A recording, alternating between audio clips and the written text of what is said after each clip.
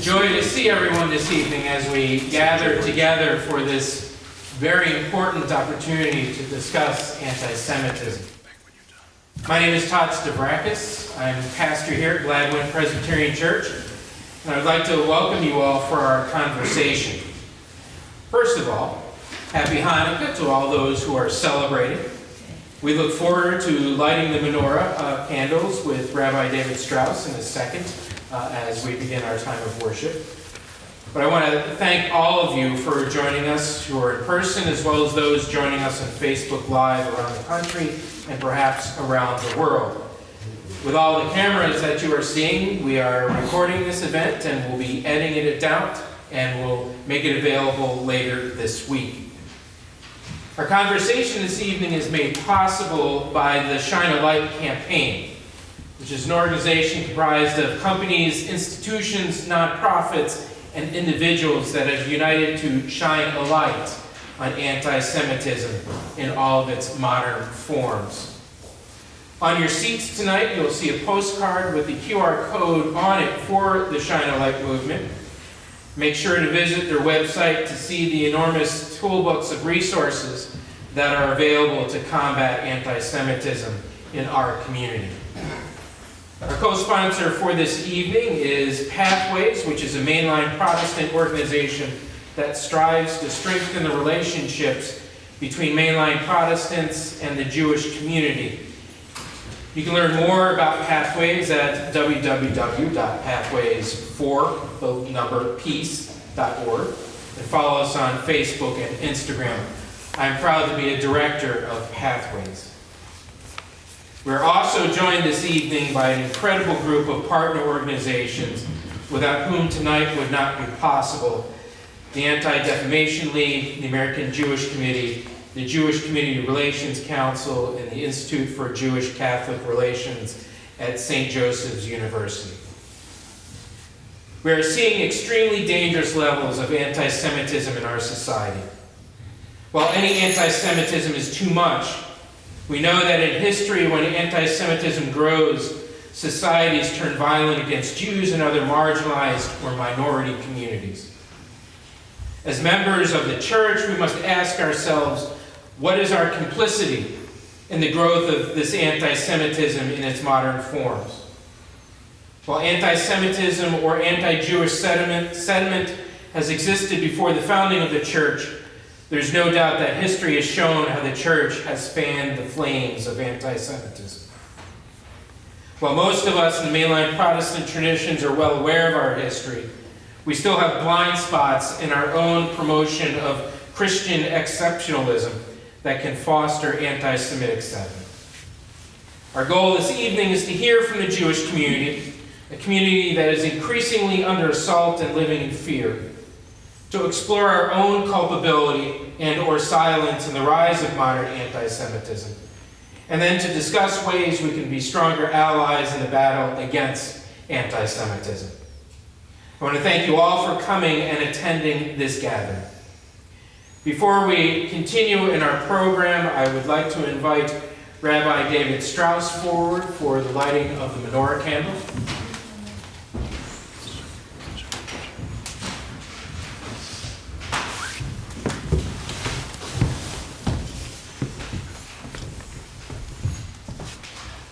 So there's a kind of interesting debate in rabbinic tradition about whether we're supposed to begin with 8 candles and then count down, or start with 1 candle and then count up. And the answer is we start with 1 and each night add an extra candle, because our role as human beings is to be able to increase and add light to the world. And I thank you all for joining us tonight as we join together in bringing more light, more hope, more optimism to our world together.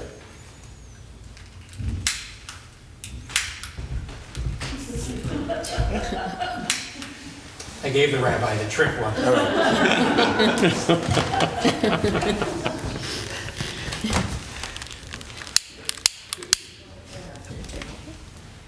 This one. That one? We're here to learn, people. Perfect. So please join with me.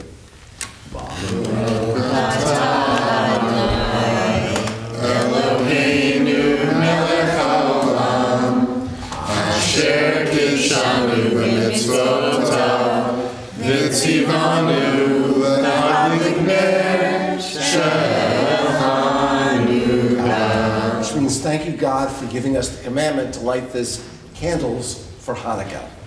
Baruch atah Adonai, Eloheinu melech haolam, she'asa nisim avoteinu, v'yamim amen b'zman hazeh. Which means thank you, God, for giving us miracles in those ancient days and in these times as well. And those miracles come by joining together with family and friends on a night like tonight. And thank you, Pastor, for inviting us to be able to share with you and being our partner in bringing light to the world.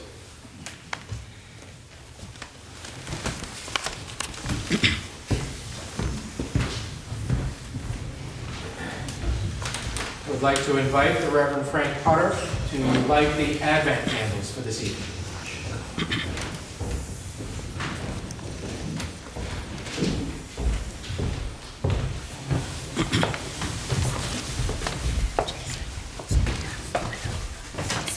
David had his memorized. I'm going to read mine. On this day, we bear witness to the light of Christ with all the faithful of every time and place. With Isaiah and Jeremiah, prophets of Israel, we await the promised salvation of the Lord and look for the coming of the one who will bring justice and righteousness to the earth. With John the Baptist calling from the wilderness, we cry, "Prepare the way of the Lord."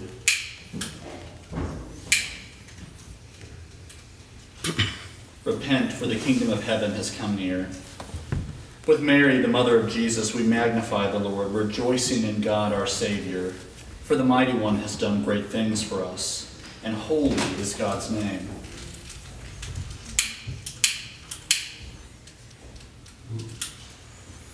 With the writers of the Gospels, Matthew, Mark, Luke, and John, we tell the good news of Jesus Christ, the child of Bethlehem, who came to save and is coming again to rule in glory. The Word became flesh and lived among us, full of grace and truth, and we have seen God's glory. Alleluia.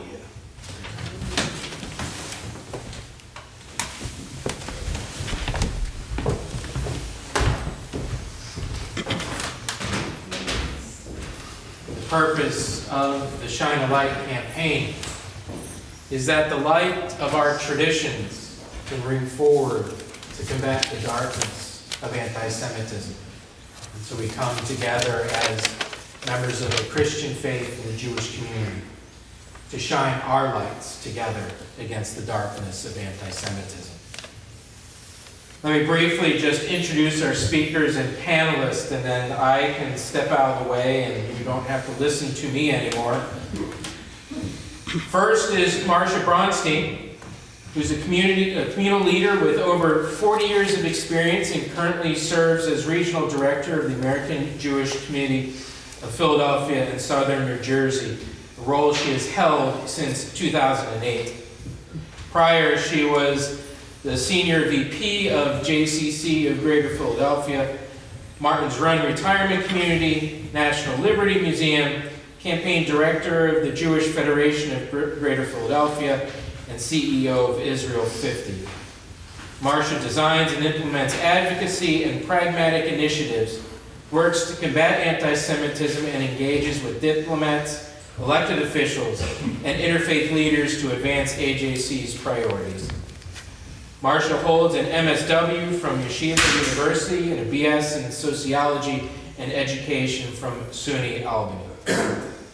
Hillary Levine also joins us from AJC, where she is Associate Director of the Philadelphia Southern New Jersey region.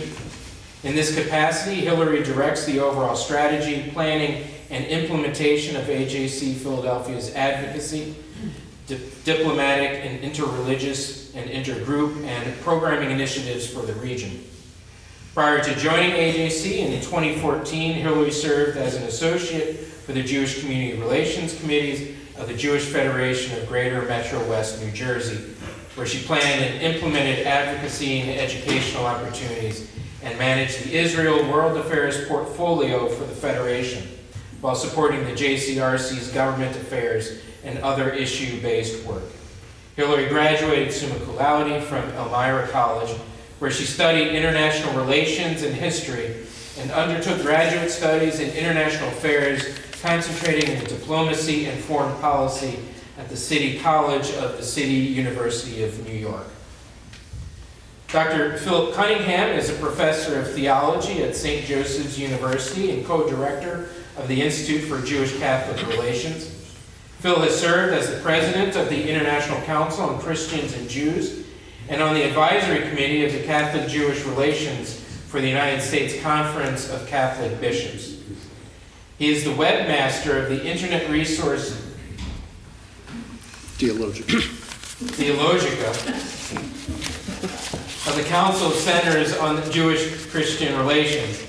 His PhD dissertation from Boston College studied how Jews and Judaism are presented in Catholic religion textbooks. Dr. Adam Gregerman is an associate professor of Jewish studies and co-director of the Institute for Jewish Catholic Relations at St. Joseph's University. He received his PhD in religion from Columbia University.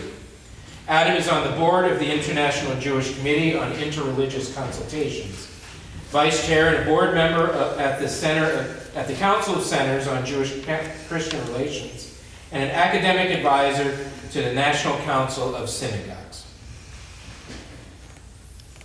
Dr. Andrew Goretsky is the regional director for ADL Philadelphia, and his office serves eastern Pennsylvania, southern New Jersey, and the entire state of Delaware. Prior to joining ADL, Andrew was Dean of Students at Arcadia University.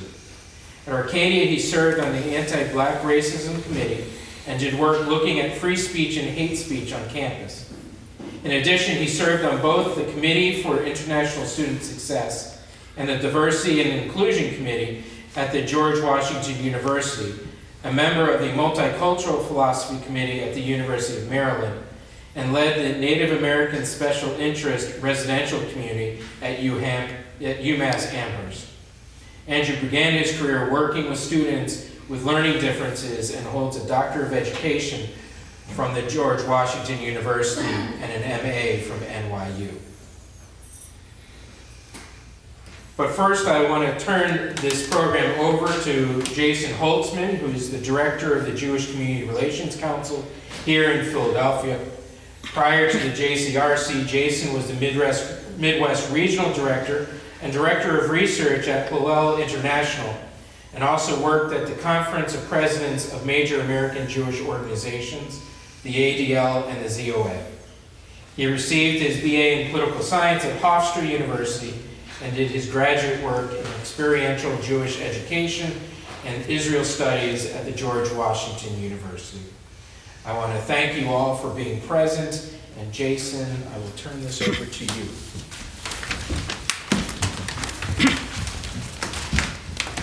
Good evening, everyone. First, I'd like to thank Pastor Todd and Gladwyne Presbyterian Church for hosting this critical discussion tonight. Second, I'd like to thank our co-sponsors and my co-panelists for being here this evening. We really are best when we're together. My name is Jason Holtzman, and I'm the director of the Jewish Community Relations Council, also known as the JCRC of the Jewish Federation of Greater Philadelphia. At the JCRC, we are dedicated to improving intergroup understanding and advancing a more just and pluralistic society. It seems very important for me to be here in this room with such great company tonight. Recognizing that tonight is the second night of Hanukkah, the Festival of Lights, when the Jewish people recount the story of rising up against our Greek-Syrian oppressors in the land of Israel, it seems quite fitting for us to be here, shining a light on anti-Semitism, the ancient hatred of the Jewish people, in this church tonight. Right now in the United States, Jewish people are facing attacks on a daily basis, and many of us feel like there is no one speaking out on our behalf. The rise of anti-Semitism and the mainstreaming of Jew hatred in our society is intolerable and should be strongly condemned by all peoples.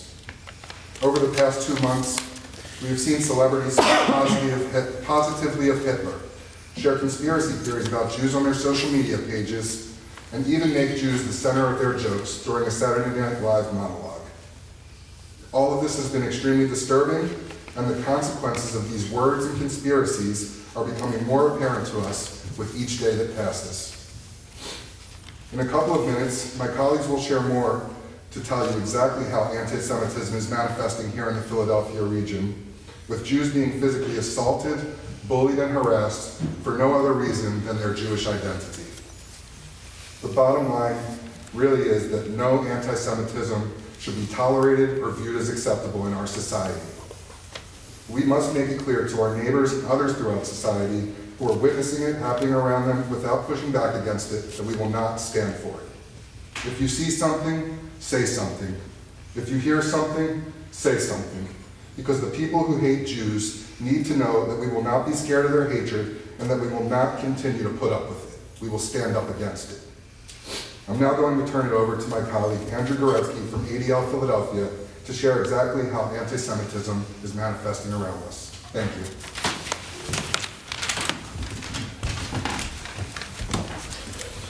Thank you, Jason, and thank you to our host this evening and to my co-panelists. ADL, the Anti-Defamation League's mission is to fight the defamation of the Jewish people and to secure justice and fair treatment to all. Our founders knew that you can't fight one form of hate and bigotry without fighting all forms of hate and bigotry, which has been our mission for over 100 years. We fight hate by tracking extremism and white supremacist propaganda through our Center on Extremism. We disrupt hate online and harassment through our Center for Technology and Society. We challenge bias, secure democracy, and protect civil rights. As we discuss anti-Semitism, we know the statistics. 2021 had the highest rate of anti-Semitic incidents of harassment, vandalism, and assault from any previous year. We kept records at 2,717 incidents nationally. Yet we also know this type of activity is grossly underreported. And preliminary review of information demonstrates that the numbers are higher for 2022. We've received about 25% more incidents of anti-Semitism this year compared to the same time last year. But data can only tell you so much. We need to understand the impact of this behavior. ADL is set up to respond to individual incidences of anti-Semitism and all forms of hate. I'm about to share with you stories of anti-Semitic incidents and experiences within our own region within the past few months. I've altered some of the information to protect the privacy and confidentiality of those involved in order to convey the idea of these incidences in the period of time this evening. So it's for confidentiality and to make sure that I'm conveying it quickly. I also don't use the language of some of the students, since I don't always understand their jargon, and what they're using, I have to often ask them. And then as I go through these, I'm going to be doing it in the first person as much as I can, and all of these individuals are Jewish. I'm a 14-year-old boy attending a local high school in our region in the suburbs of Philadelphia. A friend of mine just reported that some other kids in the school, while on the bus, went up to him and put up the Heil Hitler salute and said Heil Hitler to him. His mom told my mom, and my mom asked me if I've experienced anti-Semitism at school. I told her that it's in the air, and I hear it all the time. She asked me what I meant by that and why I have not said anything. Well, nothing's going to happen if I report it, and I'm afraid that it will just get worse. Noah just reported it, and now he's getting dirty looks from everyone in school, and I'm starting to get those looks too, because people assume that either he or I reported the situation. My mom asked me what has happened, that it's, quote, in the air. Kids regularly make jokes about Jews in the oven in Auschwitz, or will comment about trying not to get Jewed down when negotiating and trading video games or Pokemon cards. I find that if I ignore it, it's better than if I say something. The next person. I'm a female student who's a freshman at a local college or university. I consider myself progressive. I speak out against racist incidents and systemic racism. I'm concerned about our environment and climate change. I went to a club meeting and was wearing my Jewish star and someone asked me if I'm Jewish. And then, without even me being able to answer, said, "Since you're Jewish, you must support Israel, and since you do, you cannot be here. We do not let genocide supporters at our events." I love Israel, but I'm not happy with all the policies of their government. I wish I could vote there, but I can't. This person wouldn't even engage me in a conversation. Now I get nasty direct messages on my Instagram account from these anonymous people, but I know that they're students here. My Hillel and others administrators have tried to be supportive, but I just don't understand how other students can shut me out so easily. I think I may need to transfer to another school, and this was my #1 choice when I applied. This next one is an individual who's a professional working at a synagogue. At least once a week I get a phone call where someone on the other end says, "Die, you dirty kite," or "Hitler did not do a good enough job." I'm tired of it. The first time it scared me, now it's just become commonplace. I actually prefer to get these particular messages rather than the verbal or email bomb threats. We had several of those last years, and I'm glad they were nothing, but we have to take each one seriously. It can be so disruptive. Part of me wants to just ignore them, but God forbid that this is the one time it's real. I can't. We've seen these and they become reality. I'm really just getting tired of it and thinking about resigning and doing something else with my career. Those are the three I was going to share, but I do want to just share one more. This is public information. It happened yesterday on Sunday in Bethlehem. There was a community event that was going on, and I'm grateful to members of that community who spoke out quickly about this. But there were individuals who were walking around, there were at least 4 people wearing t-shirts that read, "It's okay to be white. Less than 1% of white US households own slaves, but every slave ship and auction was owned by Jews." These same people were telling patrons that Jews were responsible for the terrorist attacks on 9/11, as well as they're responsible for slavery, and the Jews own and run everything. This is modern day, and these are modern day anti-Semitic conspiracy theories and tropes that continue to play out. And I thank everybody for listening to this, and it's now my pleasure to introduce Marsha Bronstein from the American Jewish Community.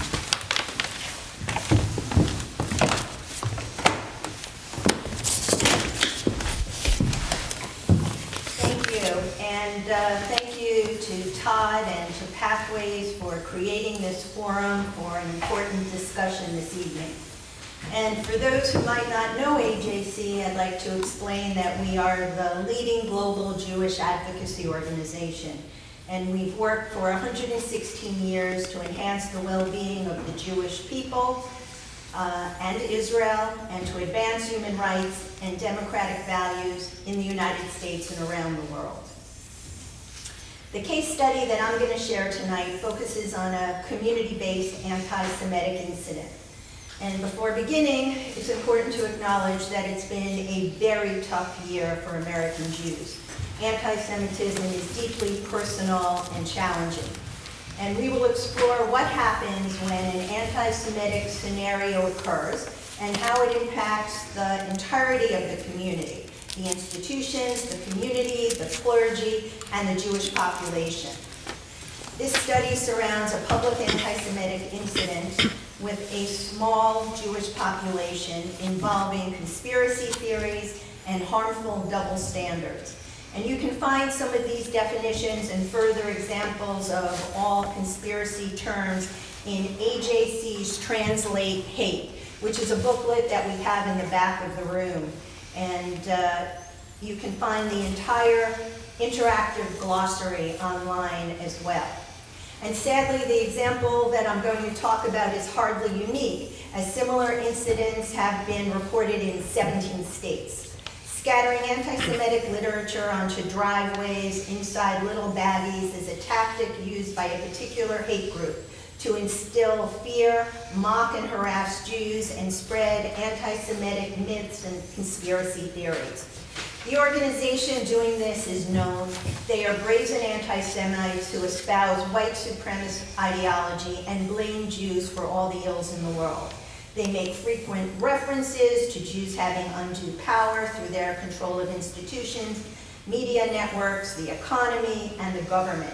They vilify Jews. They maintain that the Holocaust is a Jewish lie, and accounts of the Holocaust are merely propaganda generated by Jews for their own benefit. They also blame Jews for the 9/11 terrorist attack. So join me in pretending that you're waking up, you're getting ready for work, you're having your coffee, and then you're walking out of your house and you see a baggie on your driveway.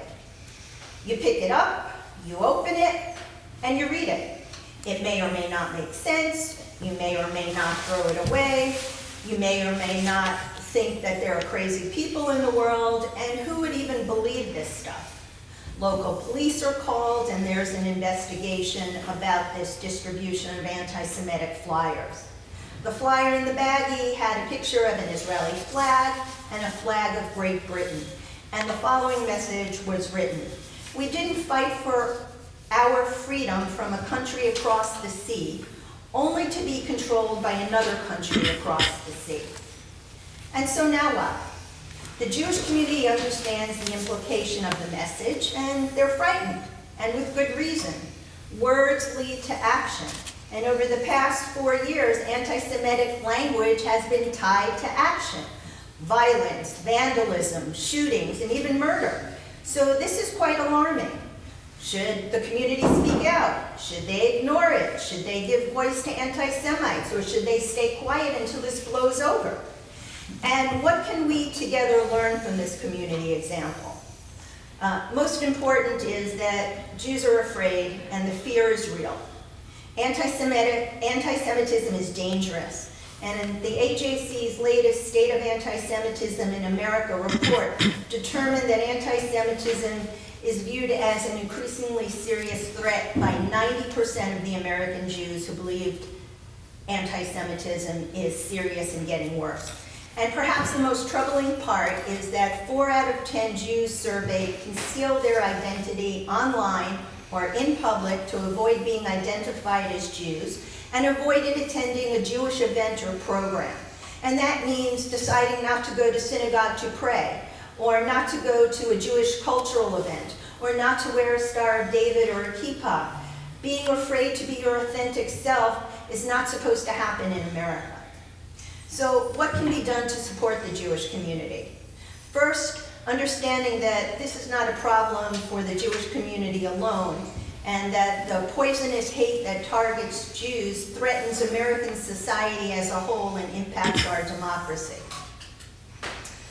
AJC is working on a call to action against anti-Semitism, and it's an initiative that provides all levels of government, law enforcement, educational institutions, the media, and the corporate world the tools they need to understand, identify, and combat anti-Semitism.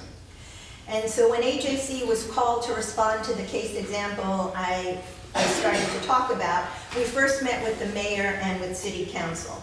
And we had a meeting and reviewed all the options that we could do to make the Jewish community feel more secure and to educate the community about anti-Semitism. And armed with all these tools, the mayor called a special city council meeting and came out with a resolution adopting the International Holocaust Remembrance Alliance definition of anti-Semitism. This is also adopted in many cities across the United States, at state levels, and in countries around the world. And it defines anti-Semitism and provides specific examples. And AJC believes strongly that if we want to effectively combat anti-Semitism, we first have to be able to define it and recognize it. So I'm going to stop here and call upon Hillary Levine to continue.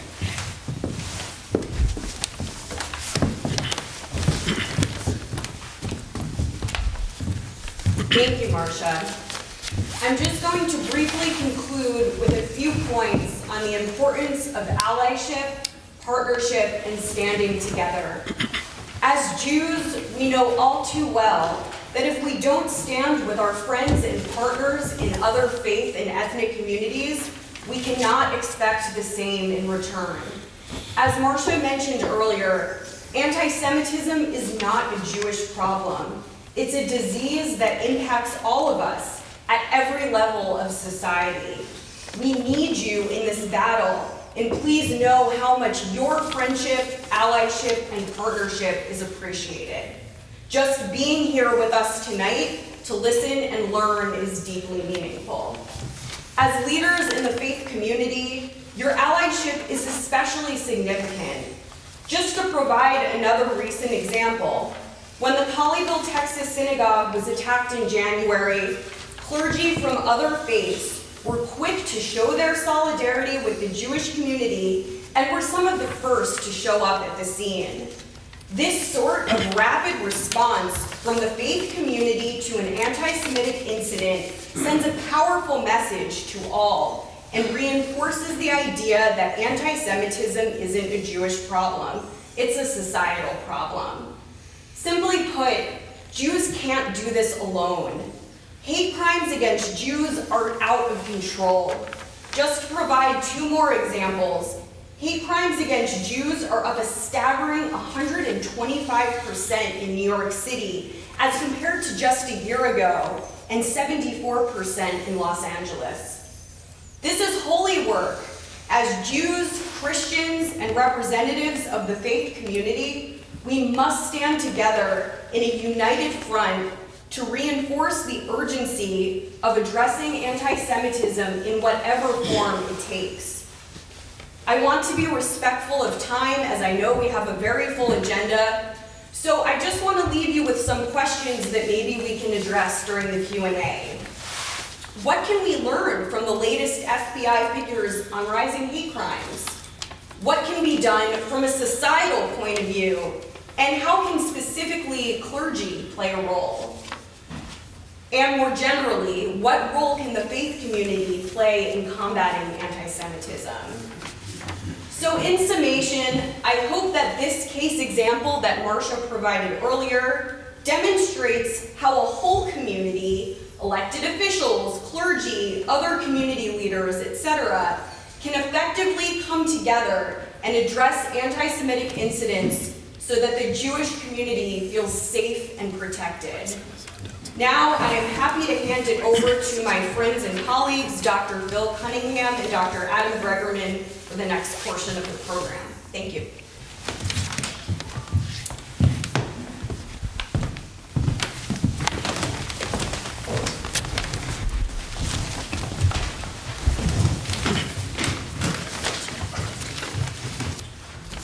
Let me start by thanking Todd and Gladwyne Presbyterian for hosting us tonight. I'm Adam Gregerman, and with my friend and colleague Phil Cunningham, we co-direct the Institute for Jewish Catholic Relations at St. Joseph's University. However, I'm going to be wearing a different hat for the next couple of minutes or so because I want to speak about the Council of Centers on Jewish-Christian Relations, which is a consortium of about 30 centers, institutes, mostly at universities and colleges, that focus on research and programming related to Jewish-Christian relations. Many of them are at Catholic universities like ours at St. Joseph's University. I'm the vice chair of the council, and over the last couple of weeks, there has been a sense that the council and its members had an obligation to speak out about anti-Semitism and anti-Judaism.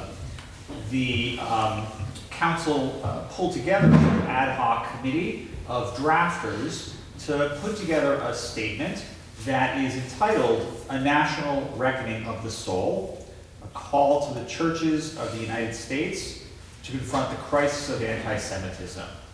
And there are copies of this that may have gone around, but also probably on the back table there. It's a one-page document. This document that was drafted eventually was submitted to a vote, and there was a unanimous vote in favor of the council issuing a public statement, which has been done a couple of times in the past. It's heartening to see that the statement was covered in a number of national religious newspapers, Episcopalian, Catholic, that sort of press. What Phil and I would like to do is to read some excerpts from this statement. It's not particularly long, but the focus is on the strengths of the member organizations, which are largely devoted to scholarship and research on these topics, to try to bring a sort of distinctive voice to this concern. I'm going to read the first part, and Phil will read the second, and then we'll have a chance to maybe have some discussion and dialogue. The Council of Centers on Jewish-Christian Relations is increasingly alarmed that we may be witnessing the normalization of anti-Semitism in American discourse, which recalls events that happened in Germany when the Nazis rose to power in the 1930s. History also shows that the dehumanization of one minority group is often accompanied by the dehumanization of other minorities, as is happening today as well. Many people are unaware that since the Second World War, the majority of Christian churches have affirmed that Jews remain beloved of God because, quote, the gifts and call of God are irrevocable, quoting Paul's letter to the Romans. In numerous official documents, they have recognized Jews as brothers and sisters in covenant with God and urge dialogue and collaboration. We are living in a strange time when there is both a blessed and growing friendship between Christians and Jews alongside a resurgence of anti-Semitism and neo-Nazism. The CCJR, the Council, unanimously issues this urgent call to the churches to take concrete action at this critical moment. While we affirm the religiously plural character of the United States, we also recognize that Christianity is the cultural backdrop for issues of religion in our country. We implore all churches to redouble their efforts to denounce anti-Semitism publicly as antithetical to the very essence of Christianity itself. We appeal to preachers and teachers to reiterate that hatred of Jews is a sin against God and humanity, violating Jesus' admonition to love our neighbors as ourselves, significantly a command from the Torah. We urge them to encourage their communities to speak out strongly against anti-Semitism when they encounter it, and provide them with strategies to do so. We plead for the churches and individual Christians to deepen or develop partnerships with Jews and Jewish communities to further interreligious solidarity.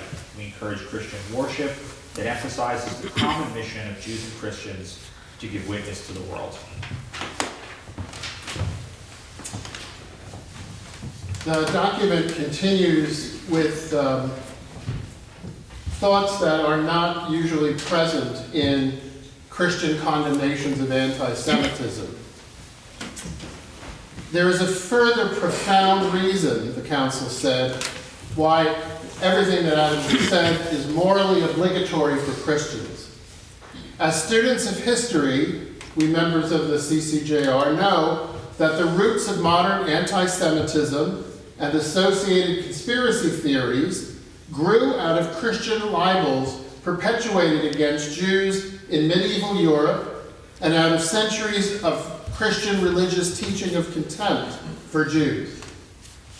In Nazi Germany, certain theologians went so far as to call for the, quote, de-Judaization of Christianity, end quote, with some even arguing that Jesus himself was not really a Jew, but an Aryan. As many recent official church statements have observed across different denominations, this anti-Jewish legacy weakened resistance to Nazism even among those Christians who discerned the sacrilegious nature of anti-Semitism. I'm going to depart from the statement for a moment and just mention that part of the challenge that Christians face is that we have inherited a habit of thinking of Jews as Judaism as opposed to Christians and Christianity. If Jews say one thing, Christians must say the other, and of course that's the correct opinion. If Jesus is portrayed in the Gospels as discussing some point of Torah interpretation with the Pharisees, then Jesus must be rejecting the Judaism in which he grew up. And that is dangerous for our congregations to entertain in their imaginations. Let me resume with this statement.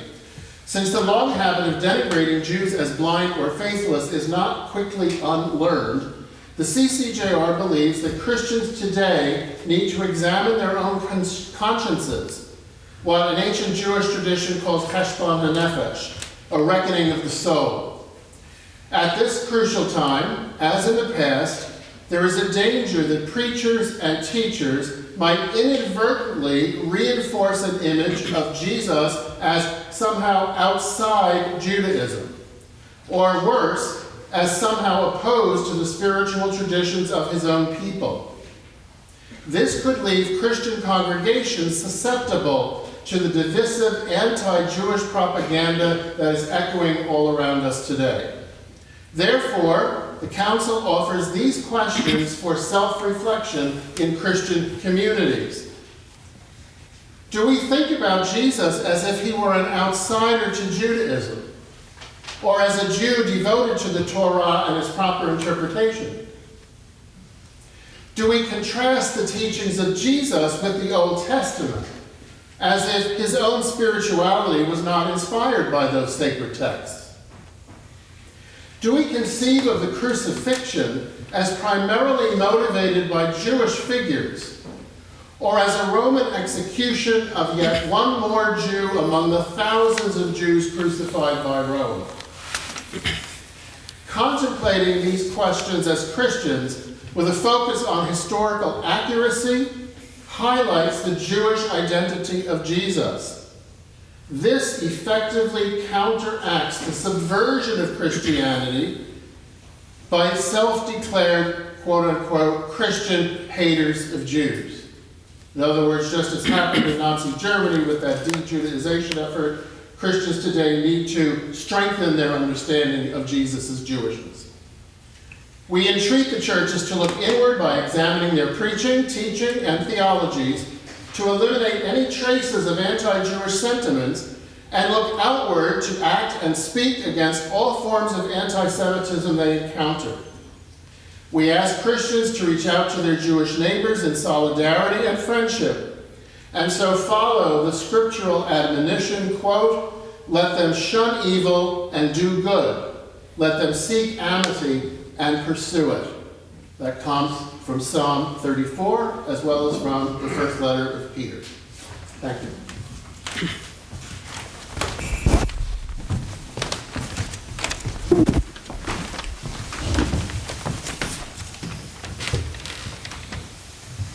We wanted to make sure that there was opportunity for conversation and discussion. We wanted to open this up to questions from you all or observations. I know that we have some clergy and some lay leaders of congregations here, as well as members of the Jewish community. And so feel free to pose your questions.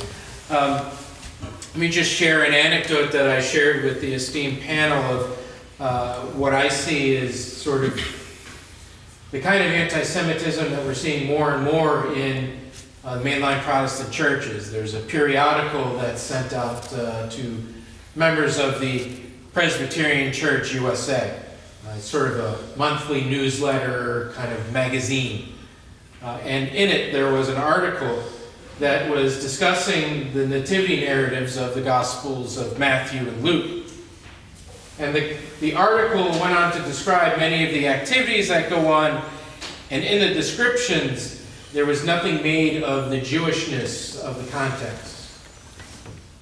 The author would refer to Middle Eastern customs, Palestinian practices, but nothing that would refer back to the Jewishness of the context. Nothing that enlightened the fact that Jesus was born of Jewish parents. And so I think that demonstrates the challenge that we face in mainline Protestantism, where items like that go unchallenged or unchecked. And so as we have this conversation, do you have questions? Or do members of the panel want to challenge each other? Because I think that's always fantastic.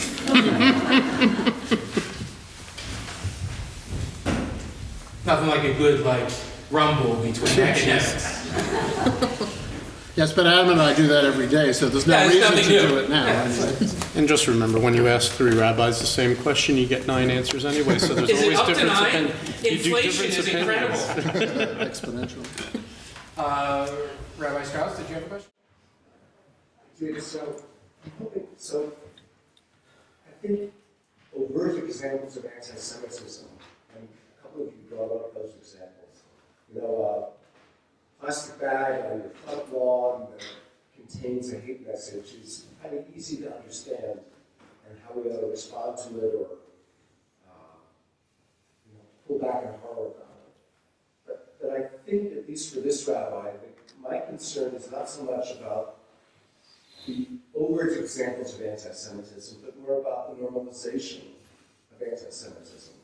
And I'm wondering if each of you could speak a little bit about what are those examples of the normalization of anti-Semitism that people say, oh, well, that's not really anti-Semitic, or maybe it is, but I'm really sure, and how we ought to respond to that, and how we as a community ought to react to that. Anybody want to take that? Feel free to speak from there. I mean, I guess I would say, in some ways, sort of repeating a little bit what we already covered, but I think the often unconscious way in which Christian preaching, I think, without ill intent, and it's hard to know when you talk about an article of that sort, was that intentional? Is there just a kind of a blind spot? I'm not sure which answer is better. They're both sort of disappointing. But I do think that there's a tendency, and I mean, Phil talked about the sort of oppositional way in which Christian theology, Jesus, sort of defines itself. I think it's a real challenge, and in a way I'm sympathetic. It's a real challenge for Christians to carve out some sense of Jesus' uniqueness without use of contrast, and I think that in many ways sort of normalizes.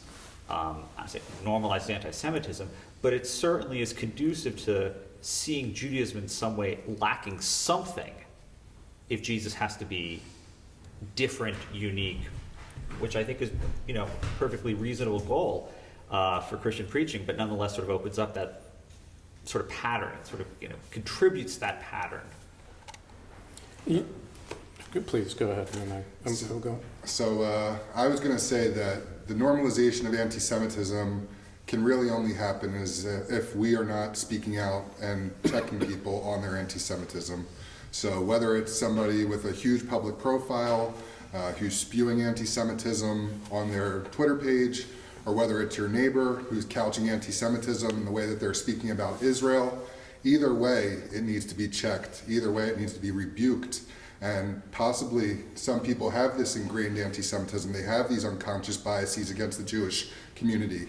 That's the time when you notice that you can speak to someone and question them and, really ask them, what made you say that? How did you get to that conclusion? And, if it is somebody who really is ignorant and who has those unconscious biases, then maybe you can help educate them and walk them away from that. But with those, major incidents, with the flyers being left on people's lawns, with the kids who are getting beat up in schools, with the, social media posts blaming Jews for everything from COVID-19 to bad weather, that sort of rhetoric cannot spread if, it's being checked, if it's being rebuked, if it's being condemned. But if people are staying silent and aren't saying anything against it, then it's going to continue to spread. And that's exactly what we're seeing right now. Following the remarks of Kanye West, following the posts of a Kyrie Irving. Not enough people have spoken up against it, and people have actually given excuses for it, and have said, well, have you read that piece of information? And yeah, Jews are, really overrepresented in Hollywood, without thinking to themselves, how did it become that way? What led Jews into Hollywood? What led Jews into an industry such as banking? If you really unpack those things, you'll begin to see that the answer at the beginning was anti-Semitism. And so I implore everyone here, If you see something, say something. If you hear something, say something. Write an op-ed to the newspaper if you see a bad article. Call your neighbor on the phone if you hear them say something in conversation, a few days earlier.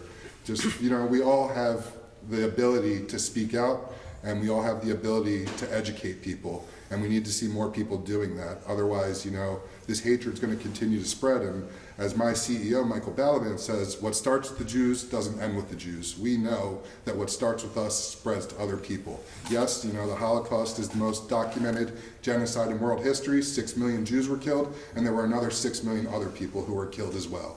So we need to keep that in mind, and we need to use our voices and speak out. It's very important.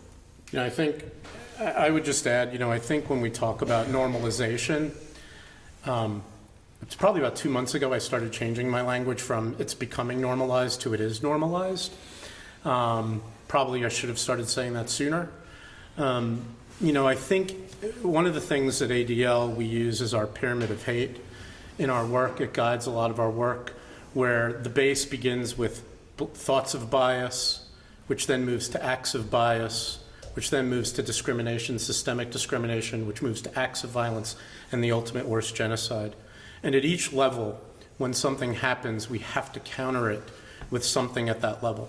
So as we've talked about already, this idea of education and knowledge becomes important to challenge thoughts of bias and when those things come up.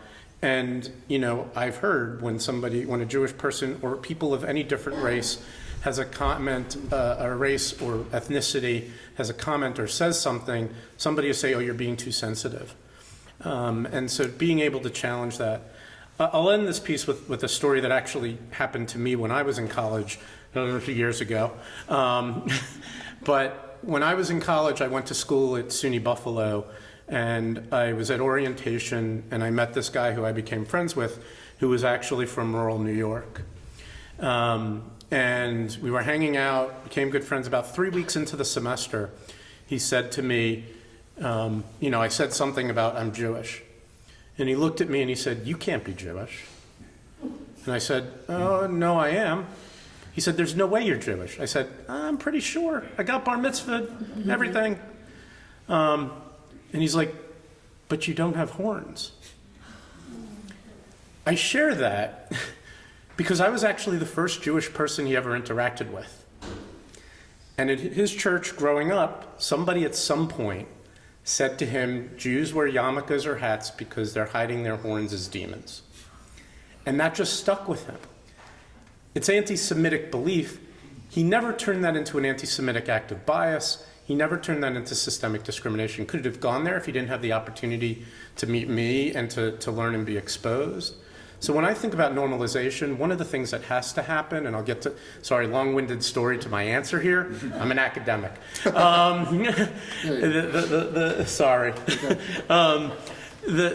The key here, and I think one of the things, which I understand why this has happened in the past few years, but having come out of college settings and others, Jewish culture and anti-Semitism has unfortunately been left out of equity and belonging work and diversity and inclusion work.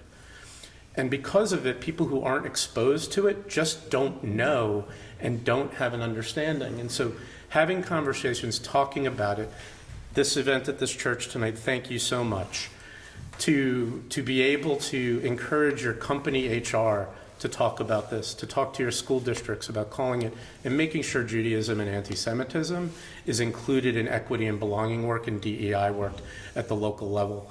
That's what's going to help it at the grassroots to do that. And this last week we had our youth conference. We had 400 students at the Penn Convention Center, 1,500 students online from local high schools.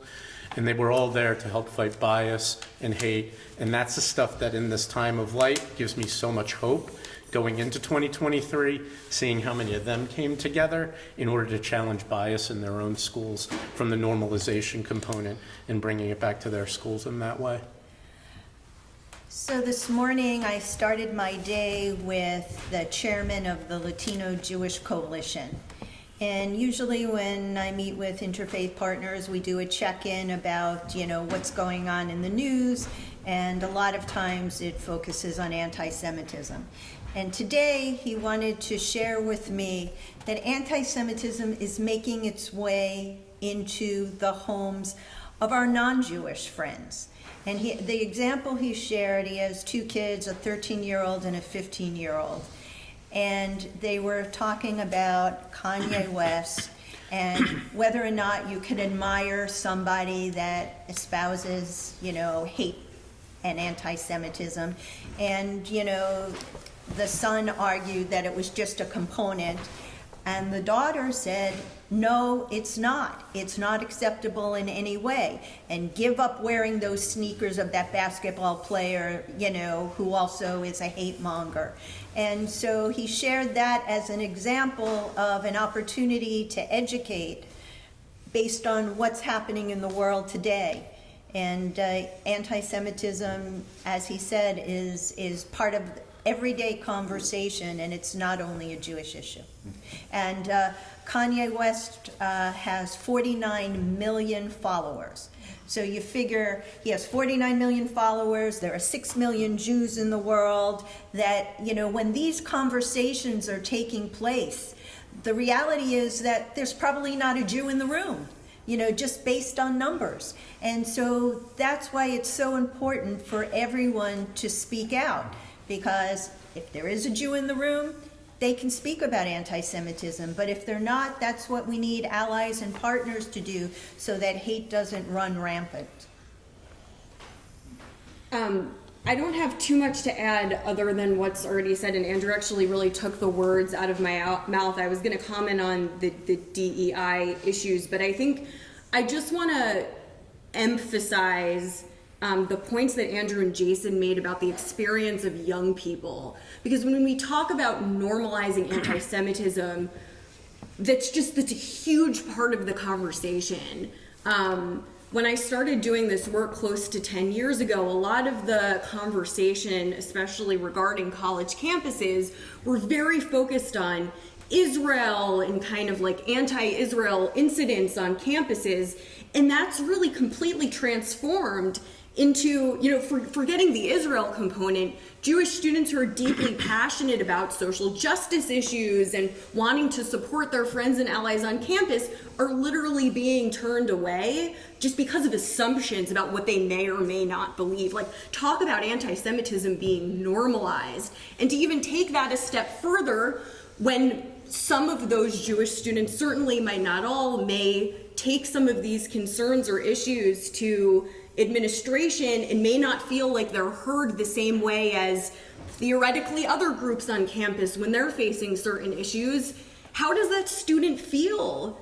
How do you go through life like that? And then the other side of that coin is those same students are going on social media and being completely bombarded by anti-Semitic memes and statements from celebrities that are being tweeted out a gazillion times. It's like a never-ending barrage. And I think we need to keep in mind how extremely complicated and difficult that is. And I think to close, I just want to emphasize what Andrew was saying about the importance of ensuring that the Jewish community and Jewish history and religion and anti-Semitism are part and parcel of any DEI or staff training program. Because when those components are left out and Jewish students have nowhere to turn, and professors don't know what to do and administrators don't know what to do because they don't have the right education or resources, it's basically just a dead end. And that's why having open conversations and open forums like this are so important. And just one other piece, the conversation on social media, I'm just wondering how many people are watching it. If you're not watching Twitter and TikTok and Clubhouse and YouTube, you're not seeing all the hate that young people are seeing all the time. So if you get a chance, I would say please make sure that you're following and looking and seeing what's going on, because if you're just looking in our newspapers or television, you're missing the majority of the conversation. And reporting those things when you see them, flagging them, there's mechanisms to report all these different things. I need to emphasize this piece. Forgive me. I got to jump in here only because, and I'll work to keep this brief. My dissertation is actually on student engagement in mobile technology. So this component of the internet and what's happening there, everybody in here needs to be talking with their children and grandchildren about what they're seeing online. I like to tell stories, as you can tell, because I think it conveys it. My 11-year-old was sitting next to me because he can't play internet games without sitting near me, and he plays this game called Among Us. And in playing that game, he was in an internet room, and all of a sudden I heard him go, "Oh, I'm out of here." And I looked at him, I said, "What happened, bud?" And he said, somebody said, and I don't want to repeat it, but somebody in the chat room said something grossly anti-Semitic and grossly racist. I'm upset that he experienced that. I was really happy he knew to get out of there. When I asked him, "Did you report it?" he said, "No, Dad, I don't know how." And all these things have mechanisms to report, and as was just shared by my colleagues, they don't do a good enough job policing this, the video game companies as well as the internet companies, and this, we have to be reporting it. Many do have policies against it, but we have to teach our kids to report it. We have to teach our kids to talk about what they're seeing online, because they are inundated with it in a way that none of us see. And I'll stop there because I could talk for 10 weeks on that one. Yeah. So college becomes a place where students are looking for spaces to belong to. And we have, as with technology, we've flattened the world in many cases, but we've also created a lot of empty space for people to feel alone. So when they go to college, they're all of a sudden faced with anti-Semitism, which uses the trait of categorizing individuals as the other, as the root cause of hate. So what advice, from the vantage points that you're in, would you give to parents or to those students at college on how to combat the hate that they're deriving? And part of it you've already answered with reporting. Are there other concrete and tangible tactics that you could offer to people? So college campuses are very scary places for Jewish kids today. And what we find for a lot of freshmen who show up on campus is that when it's apartheid week, or when, you know, there are things that are happening on campus that are anti-Israel or anti-Jewish, what they end up doing is putting their head down and walking around. You know, they're trying to find their place on campus, and, you know, they're not sure they want to be the one voice, you know, standing up for the Jewish world. So what we're losing is a whole generation of students who would identify proudly with being Jewish but don't want to risk it. So I would say, you know, finding a Hillel or a Chabad or a Jewish safe place on campus is really important for those kids that are keeping their head down and hiding their identity and not feeling comfortable with expressing their Judaism. I'd like to throw a different angle on some of this conversation. So David started by asking about normalization, and I think this gentleman introduced the word other and othering, which I think is an important component of understanding normalization of anti-Semitism. I understand that in recent years, with maybe increasing intensity in the last few years as we've gone on, is that part of what has happened, partially because of technology and social media, is that social inhibitions against expressing anti-Semitic feelings have fallen away, that people feel that they gain power by saying outrageous things, and what has been a sort of latent othering of Jews in society has now become open and therefore potent. Now, What Jewish students can do in those situations is one question, obviously a legitimate one that needs to be pursued, but what is the majority responsibility, not just on college campuses, but in society in general? And I think it's easy to say, not so easy to do, but since we're in a church, and since we're talking at least to some Christian leaders and congregants here, what we need to do as Christians is to stop anything that others Jews. And it doesn't have to be as gross or, what do I want to say, offensive as obvious and explicit anti-Semitic rhetoric or tropes. It can be something as simple as saying, well, Jews don't believe the same things we do, which is true on certain topics, but not true on most topics. And it's that habit of othering within the majority Christian population, even if they're nuns and are not church-going, they're still part of the American Christian culture. That has to be reinforced against the uninhibited expression of anti-Semitic tropes that we're seeing. And I think congregations have a specific responsibility, Christian congregations, to be doing that because of our history. So I want to throw that angle into the conversation. What is the responsibility of the majority? And I add to this too. sorry, but I think mine builds right off of that a bit, because I think the key to me, aside from what was already said, is the concept of allyship. And we just had our Never Is Now conference in New York, and there was a panel of 3 college students talking specifically about how to address this on a college campus. And I was impressed by all 3, but the student I was particularly impressed by was a young man who identifies as a gay man and not Jewish, who speaks out regularly against what he sees as anti-Jewish sentiment on campus. And when asked why he chooses to do this, he said, because I've gone through my life feeling othered and not belonging, and I see my Jewish friends not feeling like they belong. As somebody who spent 23 years in higher ed and in student affairs work myself, the most important thing to a college freshman in my experience is making friends, feeling like I belong, and then maybe my academics and getting a good job afterwards. But I want to connect and feel I belong. And the challenge these days is this concept of othering and what happens. And as much as we can continue to promote pride within the Jewish community, there also needs to be this component of it, of allyship that comes into play, and looking for those allies in addition to where the Jewish culture piece is becomes so important.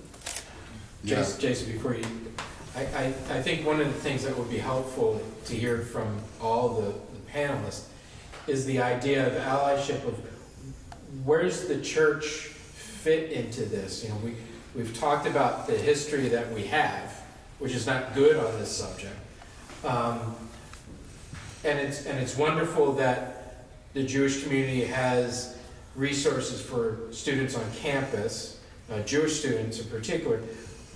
But what about the Christians who are on campus who are seeing this occurring as well? So how do we help our young Christian men and women be allies with their peers on campus? Who's the we? How do we Jews or we Christians? How do we Christians? How can we better fit into that? And that's a question really for all of us. You know, it's not enough to say that, oh, it's a Jewish problem. They can deal with it. What's our role in that? How do we step forward in that? How do we speak about it? There is an understanding that some of it is ignorance and unknowing that we see of the anti-Semitism in mainline Protestant communities, just not knowing. But when we see it, how do we respond? Are we strong allies in our own communities? Are we strong allies on campuses? If it's only Hillel and other Jewish student organizations fighting the fight, then that's flat out wrong. Because every campus I know of has a Christian ministry of some form on campus. So I was going to say, You know, for a Jewish student going to a campus, if they were going to be starting a new semester in September, freshman in college, my top piece of advice to them would be to start building relationships. Make friends, like Andrew said, go introduce yourself to the leaders of different clubs, get involved in your student government, of course, go to your Hillel, go to your Chabad, get involved in your Jewish student union. But a lot of this really comes down to relationships. And I've seen, I've spent a lot of my career on the campus space, helping Jewish students live their Jewish life on campus, promoting Israel on campus. And some of the most successful students that I've ever seen, they simply just built relationships on campus. They went and introduced themselves, they went and got coffee with people, they explained that they're a Jew, they explained what they stood for. And so when things started going in a bad direction towards the Jewish community, allies from student government, allies from the Black Student Union, from the Muslim Student Association would call these students and would say, hey, this is starting to happen on campus. I thought you should be aware, and how can we help you? So I think that that's one of the most important things.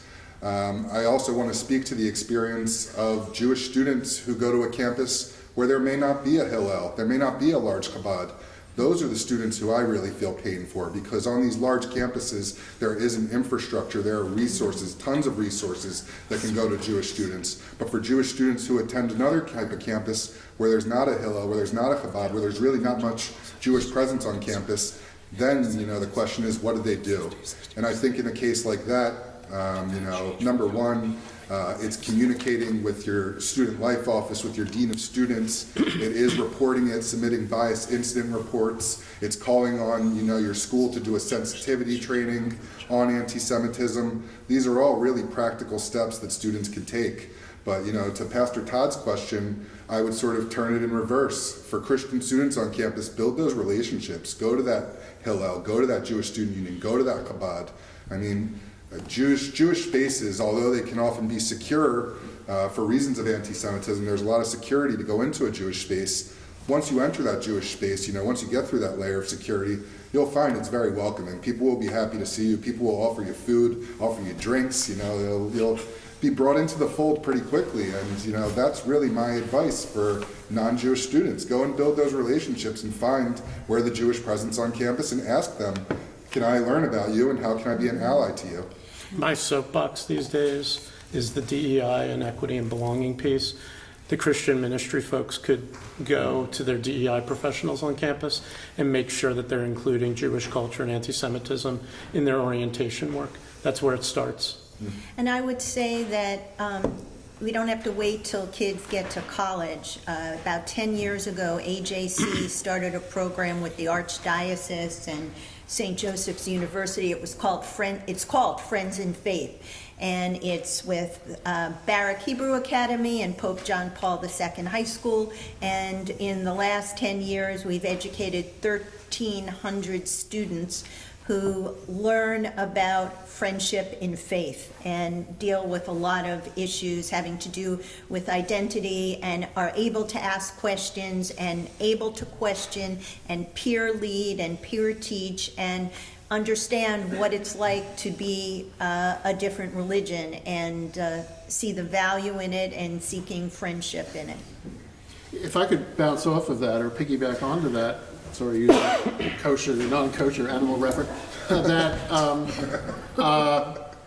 part of what the Christian majority has to do is to really internalize and operate in our normal activities as Jews, as our sisters and brothers. And I don't mean that in a kind of American civic sense, that citizens, we are all, in a sense, brothers and sisters of each other. But in terms of, you're getting this from a theologian now, okay? In terms of Christian theology, we are branches from the same root. We are interconnected with God through a vocabulary, through traditions, through ways of thinking that are resonant with one another constantly. Our history has made us forget that and to put us in opposition to one another, as we've been saying. But in terms of what Christian education should be doing before young men and women who are Christian go to college, and I realize secularity in society is something that has to be factored into this. But again, since we're in a church and we're speaking about this in a religious sense as well, we need to be doing that even very subtly in our homilies, in the lyrics to our hymns. This may be, we're in Advent. O come, Emmanuel, right? And ransom captive Israel that mourns in lonely exile here until the Son of God appears. What is that saying about Jesus' own people in the first century? Did they think of themselves as lonely exiles waiting for the Son of God to appear? No. And so when we convey, even very subtly, images that are, I'm going back to that gentleman's word again, othering Jesus' Jewish contemporaries from Jesus himself, that is a formula for us not as Christians to see Jews as our brothers and sisters in faith. And we're not the same faith. It's not we're absorbing Judaism and gobbling up the minority. But Marcia's point about friends in faith is significant. It's not just non-Jews whom they're meeting on college campuses. It's people that at least ostensibly call themselves Christian. And what does that actually mean? Yes, ma'am. Yeah, I just wanted to what you and people up there said. I think that if you wait for non-Jewish students to get to college, it's too late. Yeah. I think this is an incredibly complicated subject. And, the obvious anti-Semitism is obvious. It's the more subtle forms that I think that maybe Christian kids need to be taught. And I also think that that people need to learn that anti-Semitism is really not just a Jewish problem. It could also be taught as a Christian problem. It really is a challenge to their faith to allow us to go on unchecked. Amen.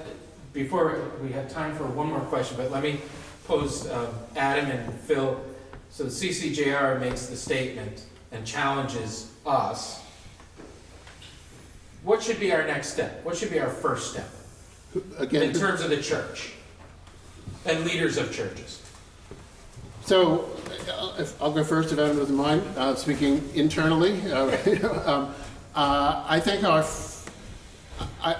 in that statement, which is not the be-all and end-all of existence, it took an internal and an external focus, right? So externally, as everybody has been saying, you see it, you say something about it, you confront it, blah, blah, blah. But the CCJR statement included the words as antithetical to the essence of Christianity itself. That it's not only critiquing what we see in society or what we hear people saying around us, it's also realizing, and I want to pick up on what this lady just said a moment ago, it's also corrosive to Christian identity itself not to be critiquing anti-Semitism in a way that's different than critiquing religious prejudice against other religious traditions, right? When it comes to Jews and Judaism, we are malforming our own Christian identity if we let those kinds of things go by. So the internal part is also important, which is, what are we preaching? What are we singing? What are the things that we say all the time? Because that's our habit, not realizing it has the potential for othering our Jewish friends and neighbors. Let me say one other thing on this. After the Second World War, and after particularly the 1960s, many, many Christian denominations repudiated the notion that Jews were cursed by God, doomed to wander the earth homelessly and until they turned to Christ, something to that effect. And it was mentioned that my dissertation was a study of what was in Catholic textbooks. There's been other studies of Protestant textbooks. That stuff has been totally removed from most textbooks.